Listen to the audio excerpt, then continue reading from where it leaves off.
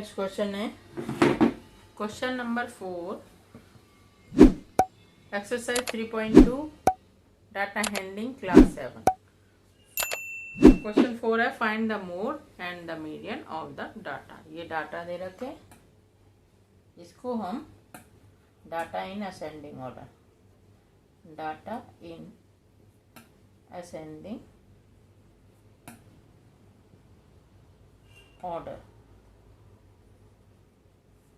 सबसे छोटा नंबर पहले 12, 2 टाइम्स नजर आ रहा है 12, 13, 13 भी 2 टाइम्स, 14 भी,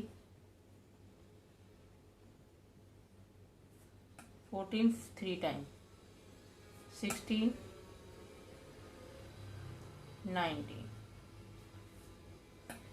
फाइंड करना है mode, highest occurring, most occurring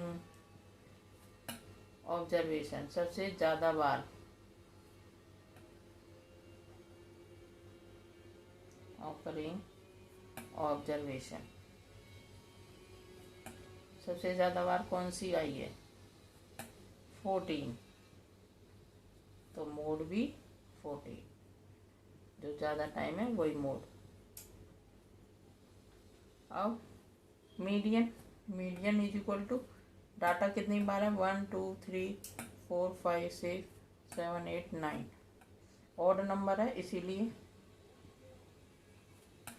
n+1 upon में 2, 9 + 1 9 ही है, 1 2 3 4 5 6 7 8 9 अपॉन में 2, 10 अपॉन में 2।